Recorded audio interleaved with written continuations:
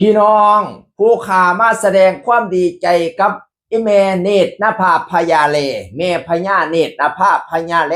แม่พญาแห่งอีสานนครศรีหลังจากปิดฤดูกาลเรียบร้อยไปอยู่เฮียนอยู่ชั้นซื้อดินดอนต้นหญ้าซื้อที่ดิน1 ไร่พี่น้องเอ่ยป้าดผู้อื่นเขาซื้อรถซื้อละอีแม่เราซื้อหน้าซื้อให้ดีเราเขียนไว้จังสี่ละล่ำปีนี้ได้ที่1 ไร่1 งานชีวิต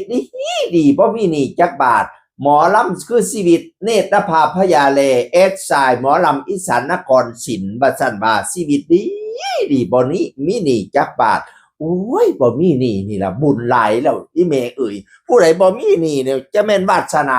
ใดวาสนาดีพี่น้องเอ่ยบ่มีหนี้แถมไปซื้อดินไว้อีกก็ยังว่า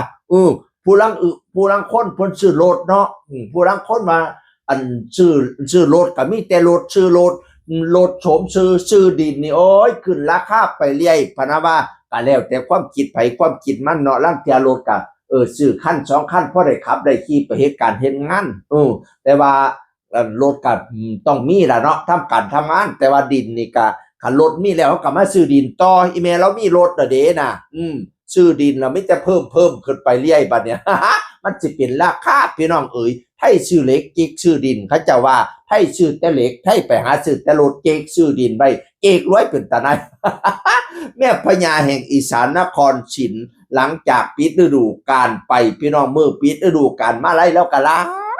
ายเด้อถือว่าเป็นแม่พญาที่ปังที่ดังพอสมควรอุ่นหนาฟ้าข้างFCแล้วก็หลายพุ่นน่ะเรามาสู้เงินเป็นตั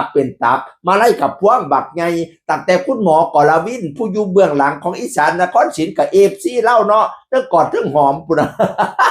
เป็นตาฮักเป็นตาเพ่งเป็นตาแย้งเป็นตาเบิงคุณหมอกรวินก็ได้ชอบเบิงหมอลำจักเลียงเล่าหมอลำดีกว่าบอดโนดอีกว่าสันว่าเขาจะว่าอันคุณหมอกรวินแล้วติดตามหมอลำพุ่นน่ะเป็นFCเมเนตรนภาพญาแล่พร้อมโอ้ยเป็นตาอ่อนซ้อนใจชุดใดก็เป็นตังหักเป็นตาแพงเป็นตาแย้งเป็นตาเบิงยังผู้งามอยู่เปิ้นเบินอยู่สมกับแม่เป็นแม่พญาหลังจากลงหันมาบัดอยู่กับหลานบัดเลี้ยงหลานสอนหลานอ่านหนังสืออ่านนิทานให้หลานฟังพุ่นน่ะโอ้ยชีวิตติดหลาน เป็นผู้ใหญ่ไม่สูงในวงอีสานนครศรีเห็นบ่เมื่อคศิลปินมาล่าลงกับมาล่าเล่าพร้อมน้องปายปณิดาน้องเต็มสีน้องอีหยังอีกที่ล่าลงเนี่ยก็พากันมาล่าลงแล้วเด้เป็นผู้ใหญ่ที่ลูกหลานให้ความเคารพนับถือพี่น้องเอ่ยแต่ว่าปีต่อไปแล้วก็ยังอยู่กับอีสานนครศิลป์คือเก่าให้ฮุงเฮียงเลี้ยงเหลี่ยมให้ปังๆเด้อปีนี้ได้ไร่นึงปีหน้าเอาแม่มจัก10 ไร่โลด ให้ฮุงเฮียงไปหน้าให้เจริญ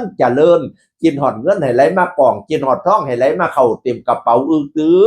งเงินแสนให้ตกอยู่กลางบ้านเงินล้านให้ตกอยู่กลางเฮียนซื้อที่ดินไร่นึงก็มันแตกออกเรื่อยๆเป็น10 ไร่100 ไร่ผู้ใดแม่ก็เอ่ยจากเสียงอื่นคนเก่าเว้าสู่ฟังสวัสดีครับ